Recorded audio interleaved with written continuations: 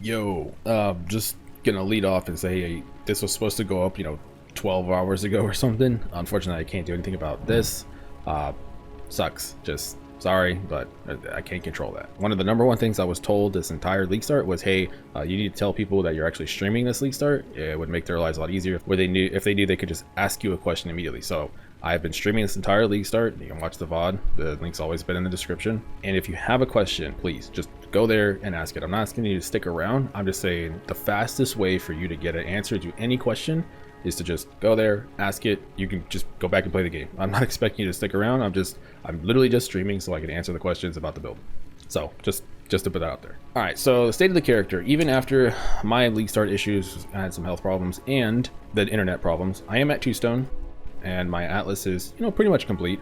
I've just been doing altars and blight early on. We'll talk about mercs and stuff in a second, but one of the first things I want to talk about is just gear. My gear setup's different. A lot of people asked a lot of questions about that. We'll talk about the goal in a second. So just looking at the skills, the only reason I'm wearing like purity of elements instead of grace right now, for example, is because my gear sucks. My gear is Rogue Harbor gear still. I farmed Rogue Harbor for an hour and a half on league start, and I'm pretty much just wearing the same stuff I was then. At the very last second, right before Eater and Exarch, I finally spent 30 chaos and bought a new bow and a quiver. So up until right before Eater and Exarch, I was wearing this. This is a 550 bow. I found it in level 40 something, 50 something, and then I bought this for like 1 chaos, and that's pretty much it. I cleared the entire campaign, everything with this bow and this quiver. Then I spent 15C, finally chalked up some money. This is 650 DPS ivory bow, and then I spent 15C on this and embraced the softcore a little bit and went for this. The other question people have been asking is why not hardcore? Like I said beginning of the video, internet. It's just an internet thing. If I could play hardcore, I would. It's not in the cards for me anymore. The pause feature just does not save me. I tried in PoE 2, it doesn't work. Now, current state of Ancient Skull was 5C last I looked. Purple's Toe was less than 5C, and then a goal is actually 8C. Now, the reason I put Shrine Tech in there is because you can do something. So here, we'll just enter a map. All right, so here's the deal.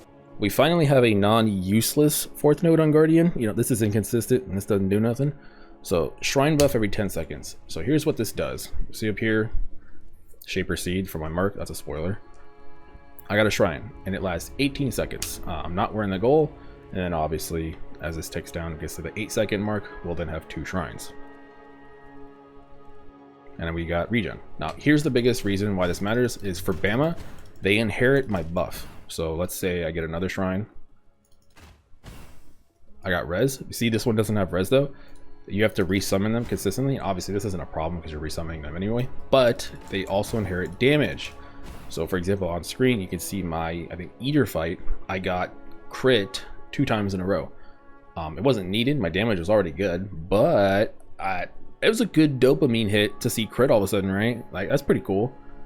When you get a massive shrine, you get a lot of HP, and you get an evasion shrine, you get a lot of evasion. There are obviously some that are not great, like shock and stuff like that, but for the most part, you can get immunity and stuff.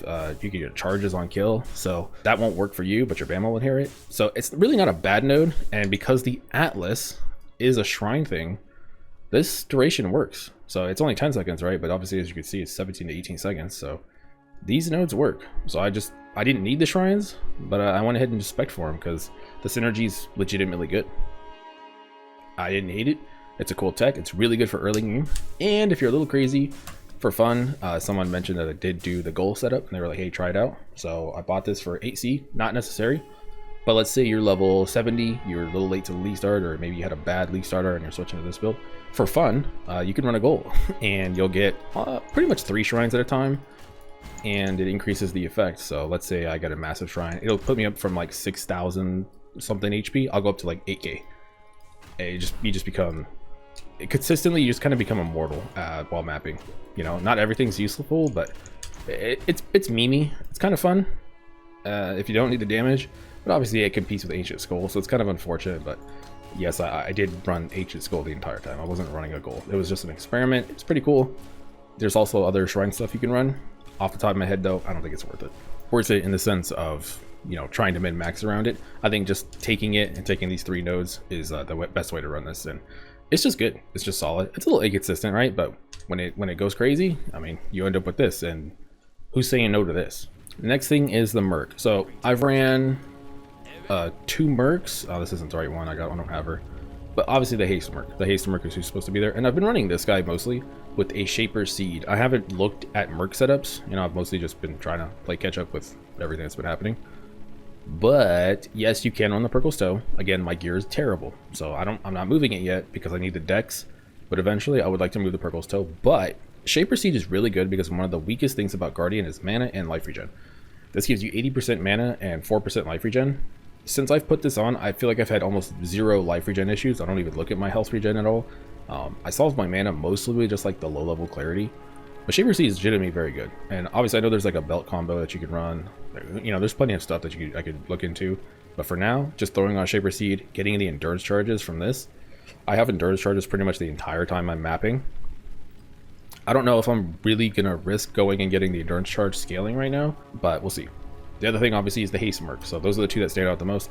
Grace, you could say Grease as well. I think I would rather run the defensive aura myself later on if I want to, and then just have Haste as like a passive damage increase. But if you get a crazy, you know, Grace Aura person or something like that, feel free. The Haste Merc, definitely, you could drop this. And this is the other thing I've gotten a lot of questions about. I am running Prismatic Cleanse here, not normal Blink Arrow. Normal Blink Arrow was mostly just supposed to be a, like just because it was like 6 chaos early on and I was worried it would be expensive. So it was just like a temporary thing. And then eventually I expected you to get this because this is, you know, 20 seconds long. Whereas Blink Arrow has a base duration of 3. So with scaling increased duration, you know, as long as this thing doesn't die, you would never have to think about it. So, you know, it's not to have to spam both of them. It's more like shoot 3 and then shoot the Blink Arrow to keep them up. And that's mostly what you can play as. A little bit less button spammy. But obviously you can just drop it if you run Haste. Off the top of my head, I don't know what we replace it with. That's a tomorrow question. 100% if you're tired of this, get the Haste Merc and set her up with Purkle's Toe. You're good to go. Even less buttons. And then this build becomes actually just kind of snooze. Like you're just gaming. The first thing I spent money on though was flasks. Before anything, before, you know, literally anything. I bought flasks before the Ancient Skull. They're probably not that cost now, but I spent 15 chaos to 20 chaos on every single one just to get the use when charges reach full. I'm a little older, you know, my hand's kind of messed up. So this is the first thing I invested. But it also makes sense because with BAMA, you already kind of have to press some buttons. You don't have to press Desiccate Spread Offing when you're mapping, right? But, you know, you still have to spam. You gotta remember to put this guy up. Ideally, if you're running a golem, put him on cast when taken, you know, life tap setup. Keep him low level. Don't over level him. Keep him low level so he procs. But, you know, less buttons better. So this is like the first thing I invested into. Okay, so let's just talk about the next gear, because ideally I wanted to switch to this gear. Didn't work out that way. So let's just talk about like my next step from here. I ran a 5 link. I cleared the Atlas. I don't even need a 6 link to, you know, keep clearing the Atlas. I don't at all. I have more than enough damage. But obviously, we want to get a 6 link at some point, right? So what am I going to do? Well, right now, these might be bait. I think they're a little too cheap. So let's say, you know, 50 to 60 chaos. You know, I can afford this right now. I think I have about 5 div and just junk that's just sitting in my inventory. I just need a, you know, transition. In theory, you have 2 options. You could, if the price is right, these prices are obviously not correct, but if the prices were a little bit more realistic, you could have just gone for a cheaper armor energy shield version, made your linking a little bit easier because it's 3 blue, 2 red, 1 green, and then you swap in crit damage and conk effect for bossing. So on super hard bosses, for whatever reason, you put in conk effect instead of crit damage, but otherwise 90% of the time you should be able to run crit damage with AoE. So what I was thinking of is just getting high armor, fizz damage reduction, chest piece if it was cheap, and then obviously use the rest of the money to make my other gear really good and try to make that suppression go up, and then just rely on like 86% chance to suppress with lucky. Obviously without lucky, but if the price is right and you can color it, because like I said, it's 3 blue, you probably just use 1 blue chromes and the crafting bench, or you can use 3 blue if you're balling. The price at this point, I would 100% start considering a good base roll. Nothing crazy, you know, you don't need the best, but I definitely would not try to get something garbage. And go for 3 blue, and then after that point, you know, obviously start working on your suppression. Try to get your suppression up, and that's the first thing you can do there.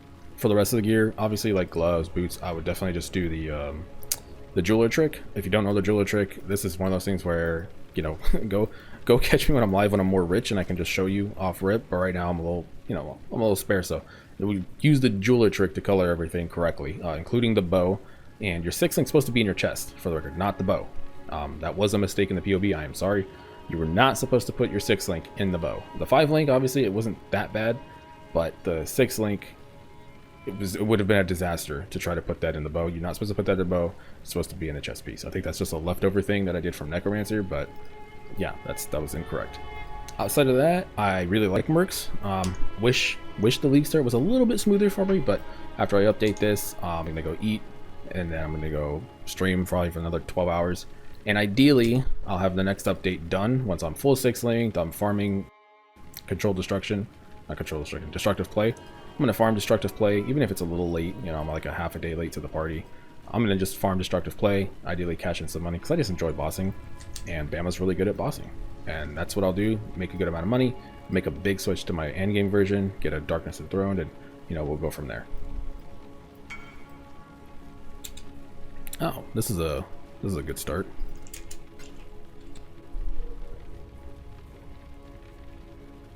Dude.